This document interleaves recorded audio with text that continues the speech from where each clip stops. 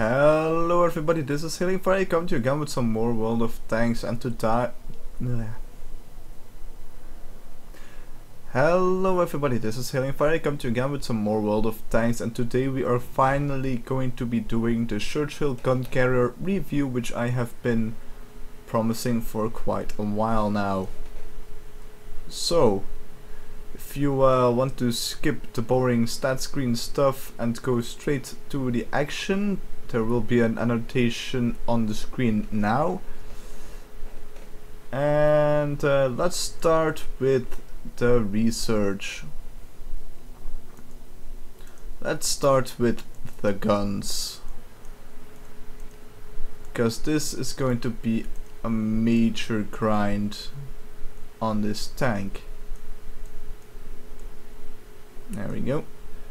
Over here, the gun you start with, a 76mm gun with 15 rate of fire, 112 average penetration, 140 average damage, 0.36 dispersion at 100 meters, and an aiming time of 1.7 seconds. This gun is utter crap. Ditch it as soon as you can. The average penetration is way too low for the tier you are on, and the damage also quite low. So ditch this gun as soon as you can. Then we have this gun over here, the gun QF 3.7 inch AT gun. Smaller caliber, no actually bigger caliber, what the hell am I saying? At 94 millimeters with a rate of fire of 8.57, so that is quite a lot lower than the previous gun. It's almost half. It's 1.07 higher rounds per minute higher than half of what the previous gun would be, but with this gun you actually get some decent penetration at 151 average penetration on the shells, on standard AP shells. And of course, seeing as it's an upgrade, the average damage also increases by quite a lot and is now at 230 average damage. Your aiming becomes slightly better at 0.35 dispersion at 100 meters, but the aim time goes up considerably. But really, you won't really care. The previous gun is just way too bad to be considered an actual anti-tank gun. And then we have over here the top gun. Rate of fire drops to 7.06, which is not bad but not great either.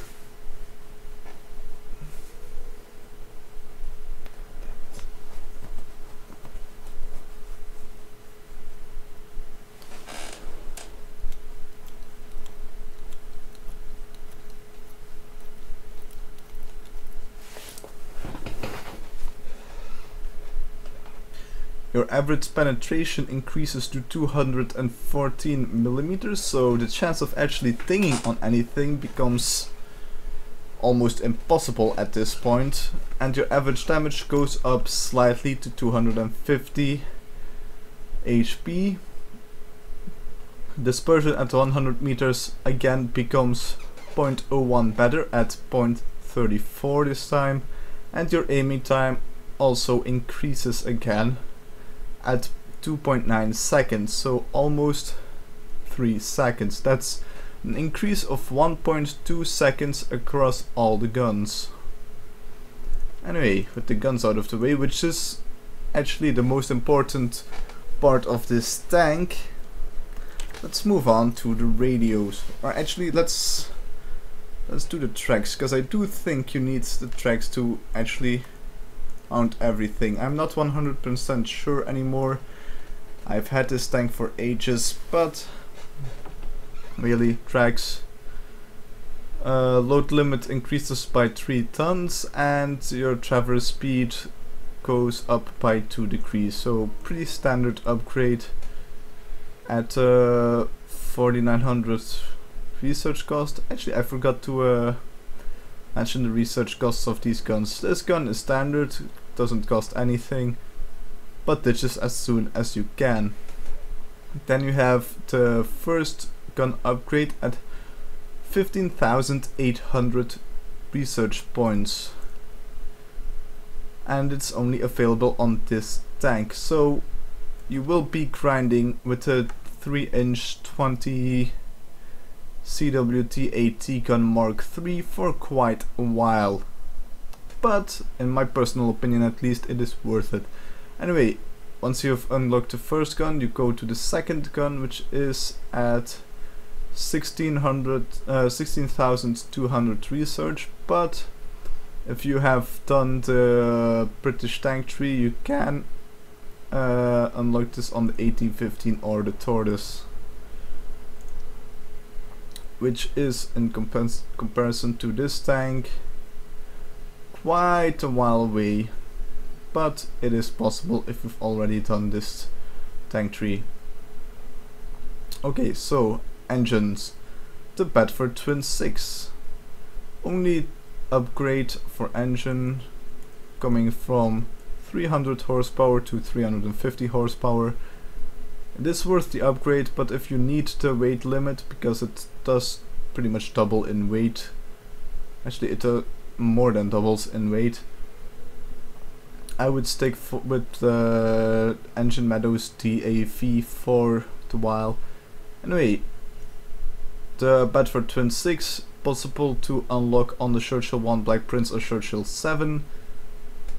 You should unlock it pretty much instantly on the Churchill 1, in my opinion, if you have done that tank tree. Otherwise, this will cost you 850 research points, so really not that much. So you can actually research it through this tank as well, since this barely costs anything. And then of course the radio, pretty important for a sniping TD, which this is. So standard radio, 400 signal range, compatible with all these tanks. I'm not gonna bother saying actually reading all of these. Then we have the Mark II radio, compatible with all these tanks. Once again, if you've gotten anywhere in the medium or heavy tank tree of the British, you should already have this this radio. Actually, if you've gotten anywhere in the British, because I'm pretty sure the British share most of their radios across all the tanks. And then of course we have this radio, another 100 signal range upgrade with a total of 550 now, again compatible with all these tanks. And if you've gone anywhere in any other British tank tree, you should already have it. So that's the boring stat stuff. Well, boring research stuff. Then there of course is the actual stats. So this tank at 650 hit points, well, it's a decent hit point pool. It's more than, for instance, the Jagdpanzer IV, another sniper TD. If I can find it, the 88, that has quite a lot more, and actually I shouldn't have even compared it to the Jagdpanzer IV, since that's a tier lower. Anyway, 88, 800 hit points versus 650. If we go take a look in the tech tree at other tier 6 tank destroyers, there is for instance the Jackson at 560, there is the Hellcat at 550. I would say personally that the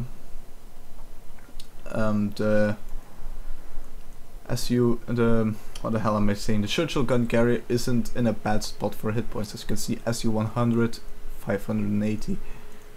So, seeing as from a pure hit points position, this tank is not doing too bad. But then we get to the armor. This tank does not have any armor. It tells you that the whole front armor is 88mm thick, which in itself isn't much, but I'm pretty sure that this entire box, which mounts the actual gun, has even less than that. So you can see over here, you can see the welding jobs, kind of. Over here you can see the thickness of that frontal armor plate, and I don't believe that that is 88mm thick, not by a long shot. Also, the frontal armor is incredibly flat. This is just one massive weak spot. So getting hit when you're in this tank, or actually getting seen when you're in this tank, very, very bad idea. Okay, then stuff I should mention: view range 340. With my trained crew it's gone up to 345, and with the binocular stereoscope, which I do recommend you mount in this thing, it goes up to 431 meters, which is pretty good. Okay, so loadout for this tank, my personal loadout for this tank at least, I have gone for an enhanced gun laying drive, which you will see why this is pretty important when we get into an actual match. What it does is it improves your aiming speed with 10%, so my 2.9 aiming speed is more around the ranges of 2.61, if I did the math in my head correctly, which is not 100% guaranteed. Then we have binocular telescope plus 25% to view range for a stationary vehicle. This is a pretty important thing, because you need to actually see the tanks you are shooting at. And then of course camouflage net to decrease the chance of you actually being spotted. Now, binocular telescope, I'm not 100% sure on how the spotting system works, but it is possible. Now don't quote me on this, but it is possible that this is not 100% needed. I've always run with this, it's worked for me quite well. But you could also go for something like medium caliber tank gun rammer to increase your reload speed, but personally binocular telescope, that's the one I would go for. Anyway, that's enough chit chat, let's actually go into a match. Okay, so here we are on Prokhorovka. Now, to actually know what I'm gonna do, I'm gonna look at the team split first. Thanks for driving in me, SU-85. I think I'm gonna back up our mediums over on the roadside. There's almost nobody here. The Matilda's going out on his own in the middle of the field. M4 looks to kind of know what he's doing, only problem is he's on the wrong side of the visual cover here. The T-34 over there doing it way better. T-34-85 I should say, because there's a normal T-34 over here which looks to be a bot. Okay, target spotted. No line of fire though. Let's see. Do I have a line of fire now? Yeah, I did, but he's been despotted, which is slightly annoying. I know my line of fire is gone, of course.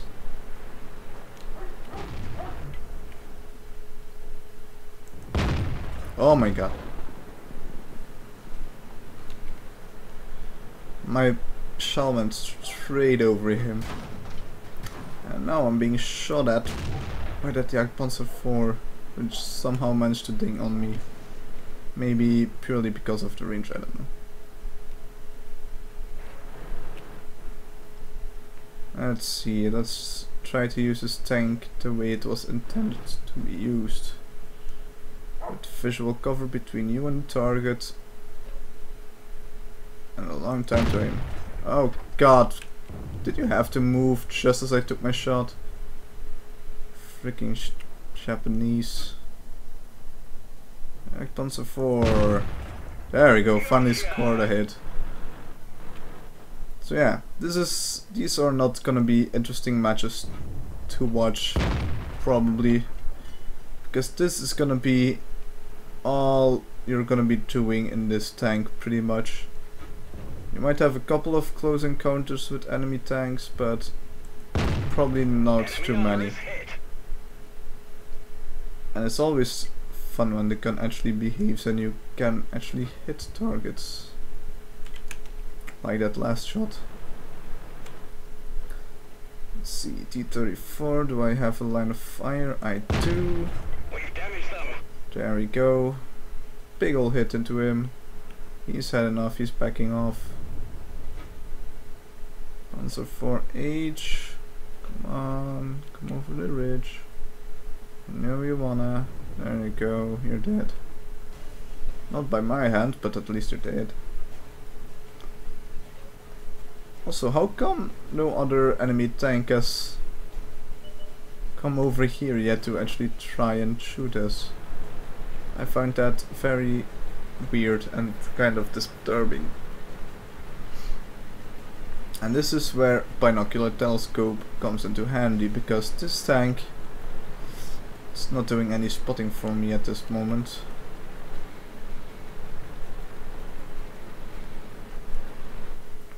So let's park ourselves over here. Let's wait for binocular telescope to pop.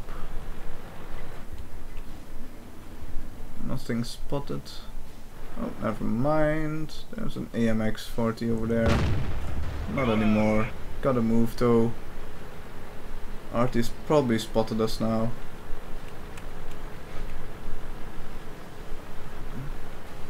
Okay, we seem to be capping. That's very, very nice.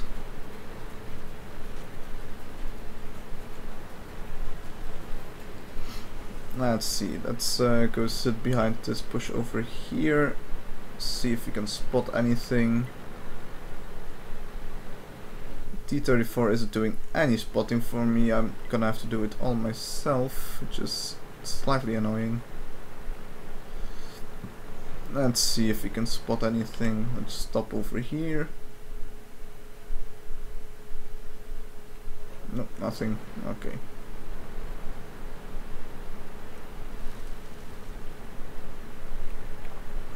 I see a Churchill 7, which is in need of being shot at. There we go. This is why I have the gun with the highest penetration mounted. Because you can take shots like that without having to worry about being able to penetrate that tank or not, because if I would have the standard gun at the very least, that shot would have most likely bounced if it had hit. Because that's obviously not a given either with that gun. Standard gun's accuracy isn't horrible, but it isn't great either. Okay, time to move. I am most definitely spotted. That VK3001H is gonna die pretty soon. I'm just roaming around trying to get extra damage in at this point. Let's see if I can manage to find artillery, which are most likely positioned over there. Hello, KV-1S, what are you doing over there? Oh, and you have a friend. How quaint. Also, the SU-5 is over on the other side of the railroad, which is slightly annoying. Let's see if we can take this KV-1S out for someone else's. Oh, nope. No dice. And that Dicker Max, I'm guessing he's AFK. I guessed wrong. Only managed to track him. Oh well. That's a pretty good match. Most matches in this tank will develop in this kind of way. You start out sniping, not moving very much, letting other tanks spot for you. Then eventually you move up, spot your own targets, or get in rendering range of targets that are on the other side of the map, and start taking shots at them as well. There we go. Pretty good match. Credits and XP received pretty decent. I've done a lot of assistance damage this match. Let's see. I have done spotting damage on him. Spotting damage on him. Actually, I think I can see that in the details report. No, guess not. Okay, so spotting damage. Actually, will this tell me both? Okay, 907 spotting damage. That's one of the reasons why I have the binocular telescope. No other tanks were actually, well, not a lot of other tanks were actually doing any spotting for me. And that track damage that's on the last tank that had been spotted. This Dicker Max, on which I took a shot that was not fully aimed, but if I shot any later I probably wouldn't have gotten anything out of that. Anyway, team score on top of the board with damage done. It's actually kind of unusual with this tank. Most of the time you'll be 3rd, 4th or 5th, more in that category. Though if you're pretty decent with this tank you can get 1st place, depending on how much spotting damage, how much spotting the team does. Anyway, oops, wrong button. XP earned also top, partially because of the spotting damage I have made, or assistance damage, or whatever you want to call it. Anyway, that's gonna be it for today, guys. I hope this was informative, and I will see you guys back here in the very near future. Bye, guys.